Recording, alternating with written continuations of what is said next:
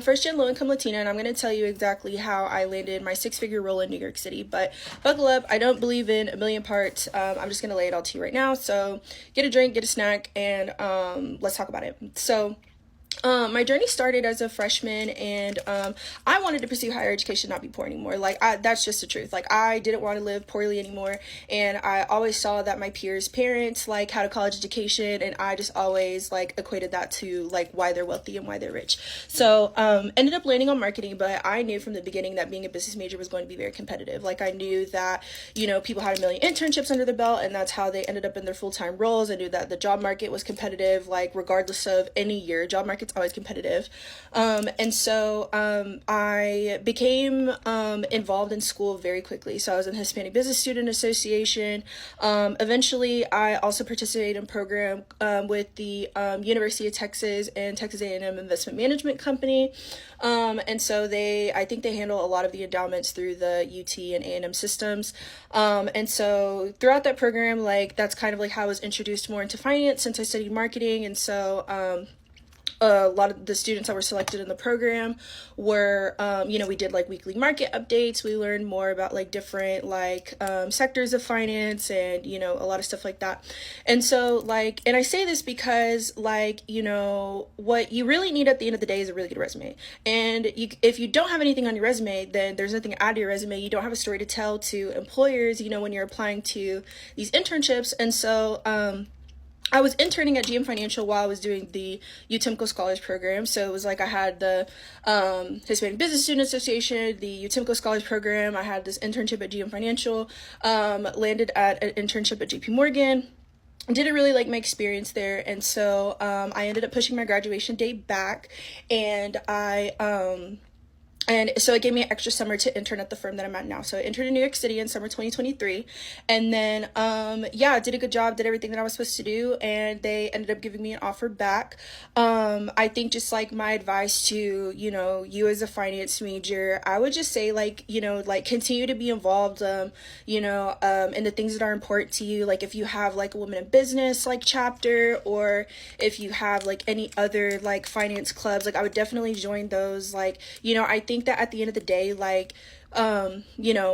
financial institutions want to see that you're actually really passionate about this work, and that and not necessarily really passionate, because I know passion is just very subjective, but at least interested in the work, and I would say also, if you can, if you are working, which I imagine most of us are, make sure that you talk about the previous experience that you've had, even if it's just a student, campus job, or for me, it was waiting tables. I've been waiting tables since I was 17. And so you really have to tell a story with the type of experience that you have. So for me, a lot of the story that I used to tell was, I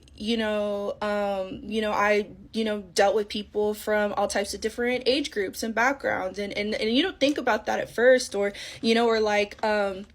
problem solving, if a table wasn't happy with their food, how am I going to resolve this issue before bringing my manager in? And so it definitely takes a lot of interview practice as well. I think that's also what saved me for sure. But yeah, ultimately start off, get good grades. After you get good grades, qualify for a leadership program, be involved in school, get your internships, and then, be intentional about the internship that you do after your junior year, because ultimately that should be the place that you're thinking of working for full-time after graduation. Industry and got into HR because I wanted to give Black and Indigenous people more job opportunities. That's literally the only reason, okay? And here's what I found out about hiring. It's all a pump fake.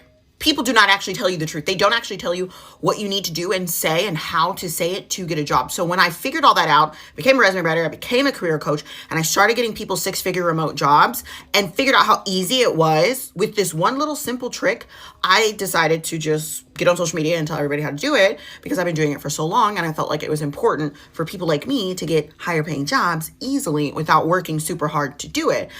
But then people would get mad that I was telling the truth. And I'm like, well, isn't that your job to tell the truth? Aren't you the hiring manager? Aren't you the HR manager? Aren't you the person who's doing people direction? Aren't you the talent acquisition specialist? Shouldn't you be trying to get more people hired? No, they don't actually want to do that. They like to feel superior. But I don't have an inferiority complex, so I'm going to actually tell you how to get a six-figure remote job easily and quickly. Number one, you need to pick a job title. need to stop going on these job search sites. Like, let's say you still use Indeed and you're just putting in posted in the last 24 hours. I hope everybody's jotting this down. This is good information. Work from home, and then click and then go through all of them and try to get all of those and apply to all of those with a generic resume that just says that you recently graduated and you have detail orientation skills, blah, blah, blah, whatever, right? The norm, the average, the generic, the bland, the tired, the stank. You need to stop doing that. You need to pick a job title that you actually want to procure. Who do you want to be? What do you want to do? Show up as that and associate yourself and identify with that. What's that job title? Let's say you decided to pick Senior Product Marketing Manager, okay? You are now a Senior Product Marketing Manager. That's who you are. That's what's on your LinkedIn. That's what's on your resume. That's in your banner. That's in your about. That's your title. That is everything. That's the headline. That's who you market yourself as. That's what you promote yourself as, because you're selling something. You're selling a skill set. You're selling labor to a buyer. Your buyer wants a Senior Product Marketing Manager. Oh my gosh, that's me. Hello, I'm a Senior Product Marketing Manager. That's literally what you are. That specific job description that you're looking at, they're looking for 3 years of experience. Oh my gosh, you have that. Think about yourself 3 years ago. Did you ever manage anything? Did you ever look at a product? Have you marketed anything in your life like you're marketing your skills right now? Oh my gosh, look at you, Senior Product Marketing Manager with 3 years of experience. That's you. Because that's how you identify and that's what you show up as. Then you make your resume match all that. Title, years, and skills. It's on the job description. That job description is your literal Bible. It's your Bible. You follow it. Make no sense. Then you apply to jobs as if you are that already. You tell them exactly what they told you on the job description. They described a thing and you're going to show up as that. You are acting like that every single day. That's your script. You are auditioning for the role, the position, the title. That's what you do. That's how you get a callback. That's how you act as. That's what you market as and sell and pitch in the interview. And that's how you get the job. Now, don't shoot the messenger now. I know that's a little shocking, but I'm the messenger. Remember that. Don't shoot the messenger. I'm messaging. I'm teaching. I'm teaching you how to get a better job, how to get you into the lifestyle that you dream about, that you want, that you imagine, that you envision, that you are actually trying to land and get and live and experience, but nobody else will tell you how to do it quickly and efficiently. Nobody is actually giving you actionable steps to use because they don't want you to go above them. They have an inferiority complex. They're trying to keep you low. They're trying to buffalo you with these random fake fantasy, fallacy, false fairy tale rules. They don't exist. This is not reality. You don't have to follow rules to get you into a better life. There's no rules there.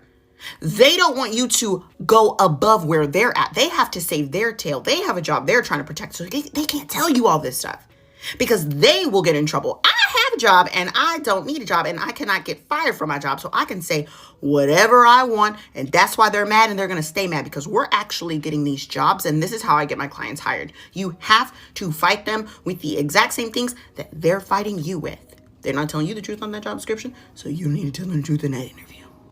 I had to get that off my chest because it really gets on my nerves when people act like they give a damn and they don't. They see you out there sick, sad, tired, struggling, suffering, and they don't actually tell you why your resume is not getting callbacks or why you're not getting past the second interview or why you never get to the salary negotiation or get the job offer. They just won't tell you. They're like, oh, it's a hard time, the economy, the job market.